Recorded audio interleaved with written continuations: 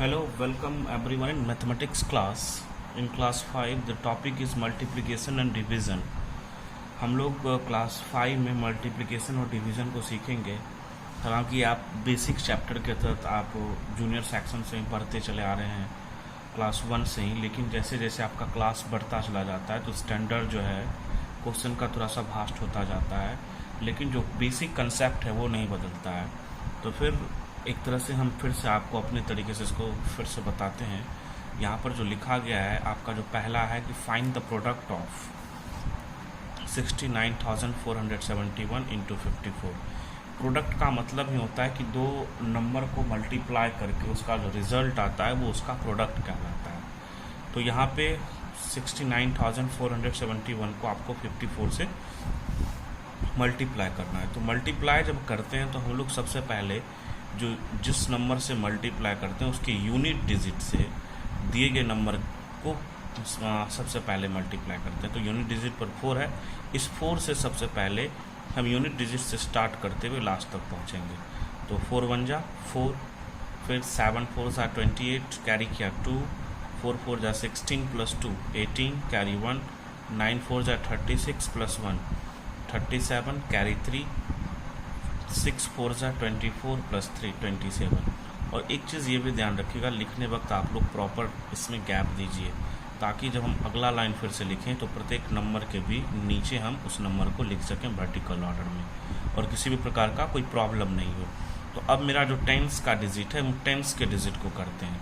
तो जब टेंस के डिजिट से मल्टीप्लाई करते हैं तो हम यहाँ पे एक प्लेस छोड़ देते हैं। कारण ये है कि 5 से जब मल्टीप्लाई करते हैं ये टेंस के डिजिट पर है, तो इसका एक प्लेस यहाँ पर एक्चुअल में 0 होता है। बहुत जगह आप देखेंगे कि इसको क्रॉस कर दिया जाता है, बहुत जगह 0 रख दिया जाता है, बहुत जगह कहा जाएगा कि आप एक प्लेस को छोड़ दीजिए।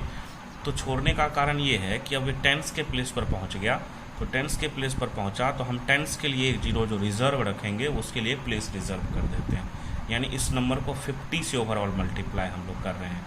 ठीक है, तो आप लोग बस ज़्यादा इसके अंदर आप लोग मत जाइए, आप सिंपल सा ये समझिए कि हम प्रत्येक शिफ्ट में क्या करते हैं, एक एक डिजिट को हम लोग छोड़कर लेफ्ट साइड की तरफ बढ़ते चले जाते हैं। तो जैसे 5 1 जा 5, अब 4 के नीचे नहीं लिखेंगे, एक डिजिट को मैंने छोड़ दिया। 5 1 जा 5, 7 5 जा 35 कैरी किया 3, 5 4 जा 20 प्लस 3 23 कैरी किया 2, 9 5 जा 45 प्लस 2 7 47 कैरी कर रहे हैं 4, 6 5 जा 34 6 5 जा 30 और कैरी जो 4 किया था वो 34 रहा। तो आपका इस तरीके से अब जो नेक्स्ट स्टेप होता है तीसरा स्टेप हम इसमें ऐड करते हैं इसको। तो 4 4 8 5 13 कैरी 1, 8 5 13 प्लस 1 14 कैरी 1, 7 3 10 कैरी जो 1 था प्लस 1 11, 7 7 14 कैरी 1 15, 4 2 जा 6 कैरी 1 7 और 3।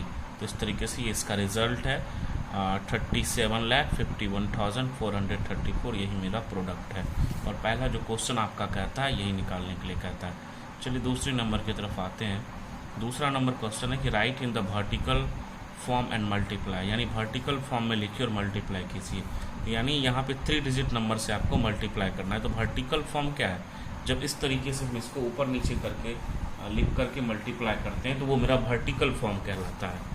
तो यानी आपको इस दिए गए नंबर को यहाँ 125 से मल्टीप्लाई करना है। तो 125 का जो यूनिट प्लेस है हम उस यूनिट प्लेस से पहले मल्टीप्लाई करते हैं।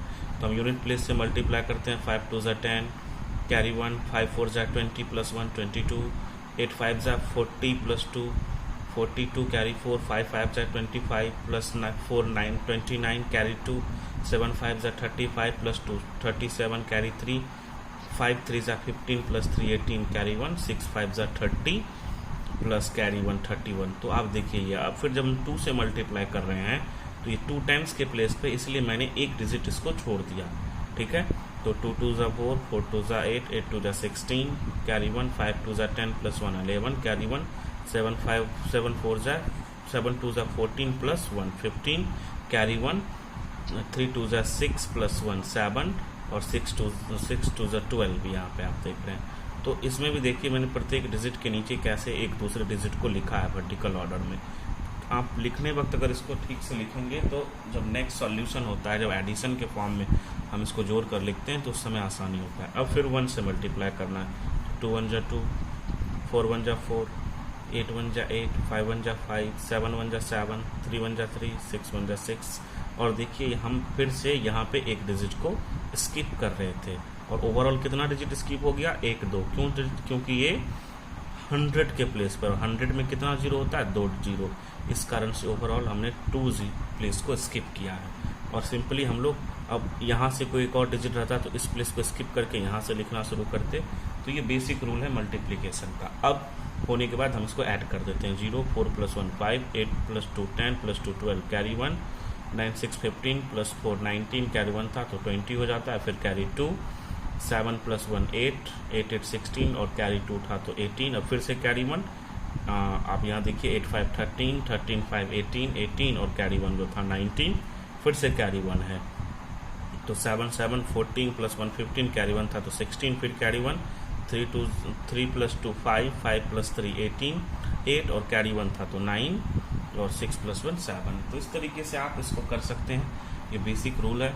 तो मल्टीप्लिकेशन में तो कोई किसी प्रकार का कोई प्रॉब्लम होना नहीं चाहिए, आई होप।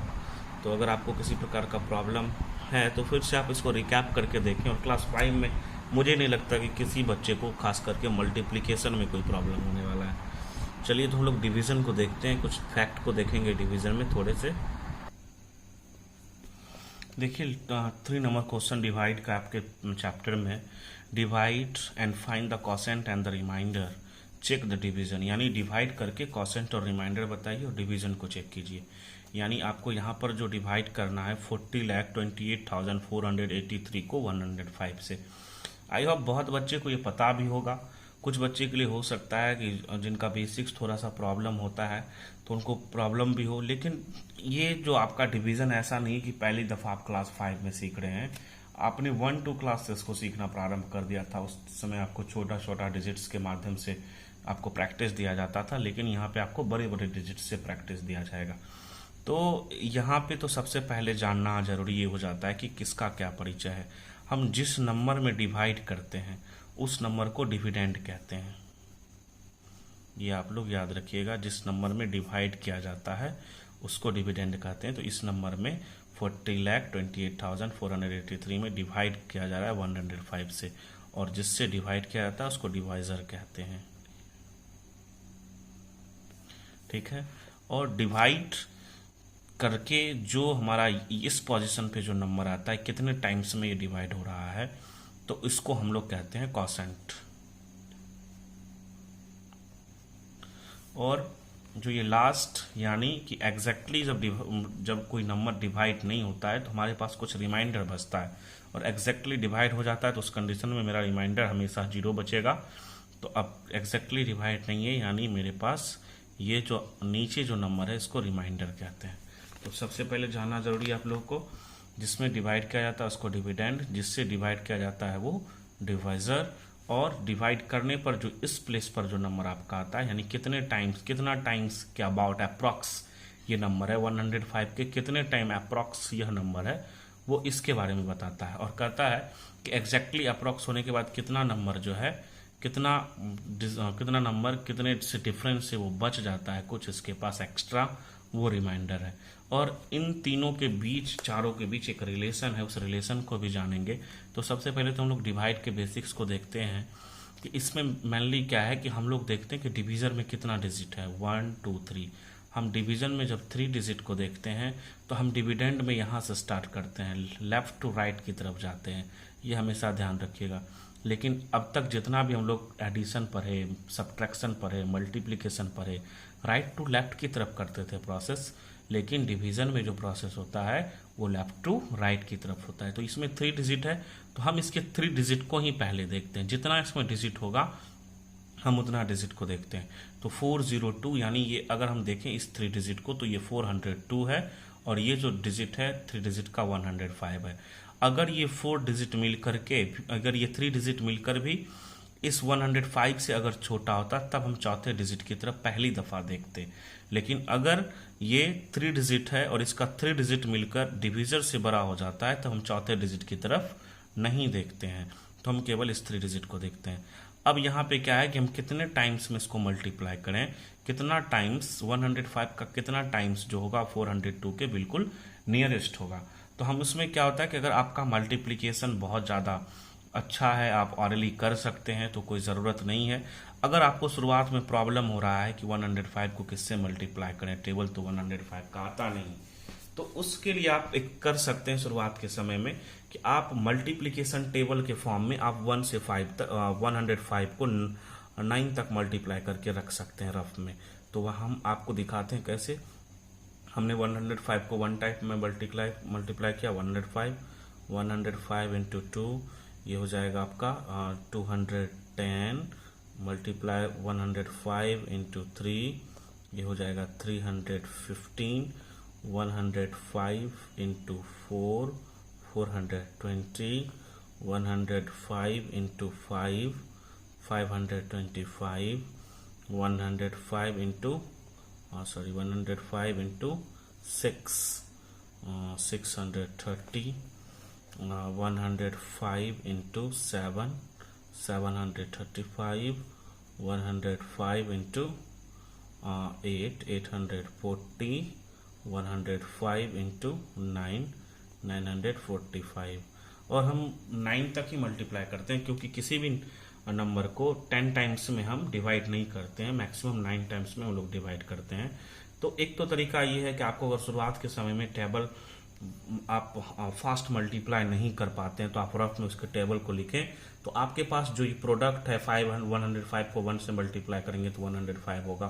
तो इस तरीके से आपके लिए थोड़ा सा आसान हो जाएगा, और जैसे जैसे आप इसको प्रैक्टिस करेंगे तो आप इसके यूज टू हो जाएंगे कि इस बिना मल्टीप्लाई टेबल किए हुए इस टेबल को लिखे बिना भी आप कर सकते हैं। लेकिन शुरुआत के समय में अगर आपको प्रॉब्लम है तो आप इसको कर सकते हैं, इसको यूज कर सकते हैं।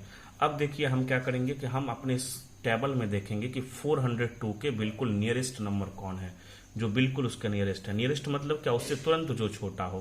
तो अब देखिए यहाँ पे 315 और 420, 420 जो मेरा वो नंबर है 402 से बड़ा है, और इससे तुरंत छोटा क्या है 315, और कितने टाइम्स में है तो 3 टाइम्स में। इसलिए मैंने 3 टाइम्स में पहली दफा यूज किया और लिखा 315, और इसमें से हम लोग माइनस करते हैं, तो 12 में से 5 जाएगा 7, और अब ये क्या हो जाएगा 9 हो जाएगा, 9 में से 1 गया 8, और 3 3 0 कुछ नहीं है तो इसको हम लोग क्रॉस कर देते हैं, या 0 भी लिख सकते हैं। अब देखिए फिर हम एक डिजिट जब यहां से घटाने के बाद आता है, तो हम डिवीजन में एक बार में केवल एक ही डिजिट को शिफ्ट कर सकते हैं नीचे की तरफ। हमारे पास एक ही डिजिट शिफ्ट करने का यहाँ पर आपको एक तरह से हक दिया जाता है। अगर आपको एक से ज़्यादा डिजिट लाना है, आपको ज़रूरत है एक से ज़्यादा डिजिट का, तो उस कंडीशन में हम लोग 0 डाल करके क्वोशंट में वहाँ से एक्स्ट्रा डिजिट यूज़ कर सकते हैं। लेकिन ओवरऑल हम ये जानेंगे कि एक बार में एक ही डिजिट हम लोग ला सकते हैं। तो एक बार में जब एक डिजिट नीचे लाते हैं तो एक नंबर 878 बन जाता है, और 878 105 से बड़ा है। हम लोग को यही ध्यान रखना होता है कि जब हम नंबर यहाँ उतारें नीचे शिफ्ट करें तो इस 105 जो डिविजर है उससे बड़ा होना चाहिए, तो ये बड़ा है। अब हम 878 को जब देखते हैं तो इसके नियरेस्ट एक जो नंबर आप देखिए इस टेबल में 878 से 945 बड़ा है, और उससे जस्ट छोटा 878 से 840 है, यानी कितने टाइम में 8 टाइम्स में। और इस कारण से मैंने इस बार इसे 8 टाइम्स में 840 यहाँ जो आपको लिखा है, और आप देख लीजिए 8 में से 0 गया 8, 7 में से 4 गया 3, और ये क्रॉस हो गया। फिर से अब नेक्स्ट नंबर को हम लोग लाएंगे, और ये भी ध्यान रखिएगा कि कोई नंबर रिपीट ना हो जाए। ये 8 खत्म हो गया था, मैंने यहाँ ला दिया था, अब किसके बारी 4 की, और जैसे यहाँ पे 4 आता है तो मेरे पास नंबर बनता है 384, और 384 भी देखिए आप यहाँ से फिर 384 के नज़दीक फिर से कौन होगा 315, क्योंकि 420 जो है 384 से बड़ा है। तो 315, तो 14 में से 5 गया 9, और ये 7 में से 1 गया 6, ये क्रॉस हो गया। और कितने बार में हम लोग यूज़ किए थे 3 टाइम्स में, तो वो लिख दिया। अब जब घटा के लिखते हैं तो फिर देखते हैं, अब ये नंबर आ गया था, अब इसका शिफ्टिंग होगा, तो 8 आया मेरा यहाँ, तो एक नया नंबर फिर से 698 बनता है। अब 698 के बिल्कुल नज़दीक का नंबर आप खोजिए, तो 698 से जस्ट बड़ा 735 है, और 698 से जस्ट छोटा जो नंबर है वो 630 है। तो हम लोग वही देखते हैं कि जो हम नंबर खोज रहे हैं उससे जस्ट बड़ा कौन है और उससे जस्ट छोटा कौन है, तो उससे जस्ट छोटे नंबर को हम लोग यूज करते हैं। तो 105 इंटू 6 630, तो मैंने 6 टाइम्स में 630 इस्तेमाल किया, तो 8 में से 0 गया तो 8, 9 में से 3 गया 6, ये फिर से कैंसिल, और अब फिर से आना है किसका, 3 का शिफ्टिंग होना है, तो 3 आया तो 683। तो फिर 683 के नज़दीक का नंबर था, वो क्या था 630, और वो कितने टाइम में, 6 टाइम में। तो फिर मैंने उसको लिखा, 3 में से 0 गया 3, 8 में से 3 गया 5, और ये 6 कैंसिल। तो इस तरीके से अब देखिए मेरा कुछ भी शिफ्टिंग होना बाकी नहीं है, और रिमाइंडर भी मेरा जो है 105 से छोटा है 53। और एक चीज़ आप हमेशा याद रखिएगा कि जितने टाइम्स भी आप सब्ट्रैक्ट करके लिखते हैं, हर दफ़ा वो 105 से छोटा होना चाहिए, यानी घटाने के बाद प्रत्येक बार डिवीजर से वो नंबर छोटा होना चाहिए।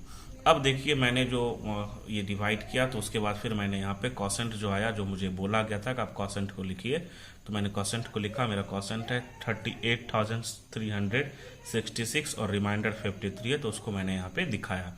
अब जो मैन है इसमें एक चीज़ आप शायद आपको ये भी पता होगा पहले से, क्योंकि इसको भी जूनियर सेक्शन से सिखाया जाता है, चेक करना। तो चेक करने का तरीका है कि डिविडेंड इक्वल टू फॉर्मूला होता है divisor into quotient plus remainder. आप लोग ध्यान से देखिए, dividend equal to divisor into quotient plus remainder. तो मैंने डिविजर मेरा कितना था जिससे डिवाइड कर रहे थे, आप देखिएगा उसको, तो 105 था। कॉसेंट मेरा कितना निकला है 38,366, तो उसको लिखा, और प्लस में रिमाइंडर मेरा कितना था 53। तो इस दोनों नंबर को आपस में मल्टीप्लाई करना।